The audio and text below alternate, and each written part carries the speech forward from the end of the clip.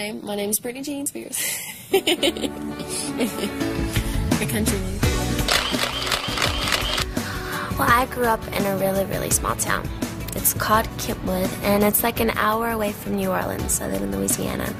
I'm a Southern girl, and I'm used to Cajun food and blues music, and I love where I come from because my neighborhood, I have like all my friends all around me, and like every day in the summertime, it was so convenient because we could all go over to one person's house and play video games and just do the slip and slide and go karts. We just had so much fun. I had a wonderful childhood.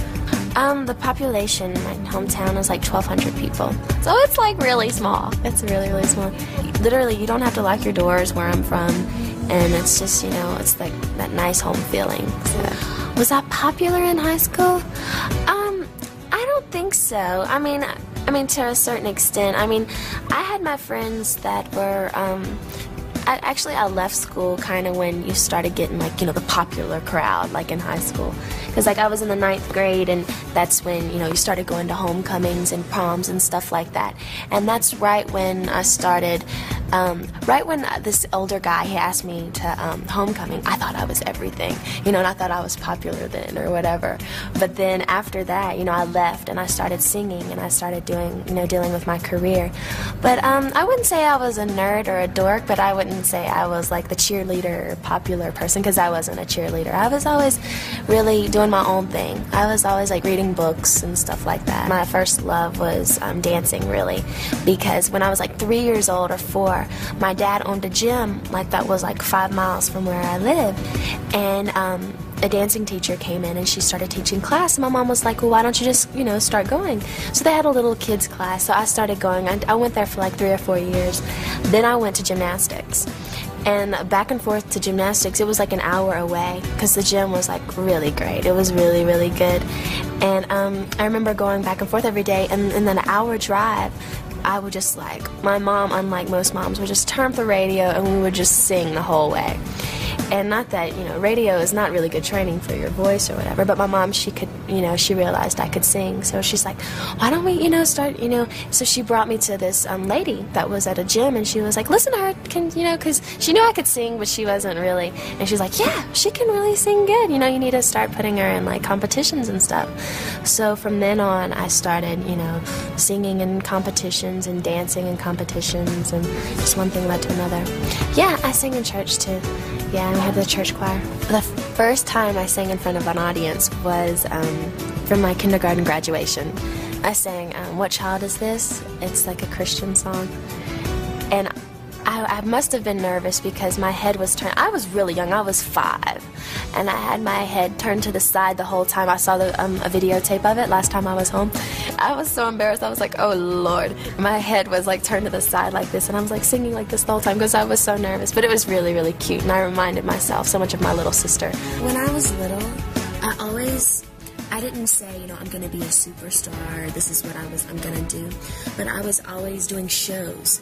My friends would come over and we'd make these big shows, and I was so serious about it, and I was the director, and we would do stuff like that all the time. And then, when I grew out of that stage, then I just got really involved with just listening to music all the time. And then when I was on the Mickey Mouse Club and I started performing and I started singing, that's when I realized, I have a major love for music, and this is what I want to do, because I just felt like it was here and that's what I wanted to do. But yeah, there was times when I was younger when we'd have career day and I was like, well, I'm going to be a lawyer, or I would say stuff like that. But I think I always knew here that this is what I wanted to do and what I'm supposed to do.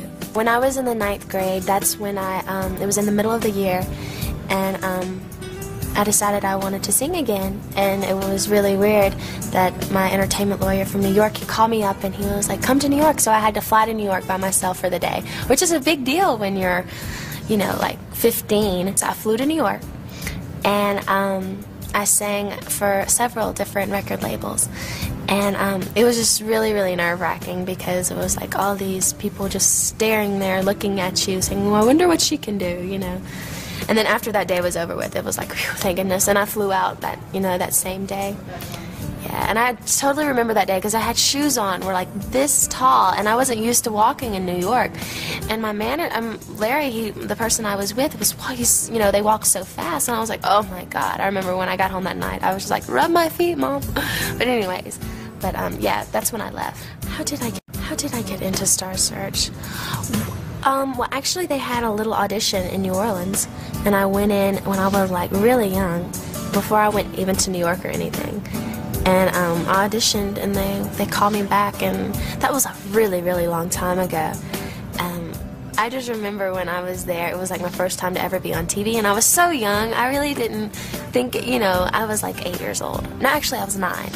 Well, the first time I auditioned, I had a friend, and her name was Britney too, and we both danced with each other, and we were like, Mom, you know, there's a big open call for the Mickey Mouse Club in Atlanta. We heard through friends. Like, we want to go.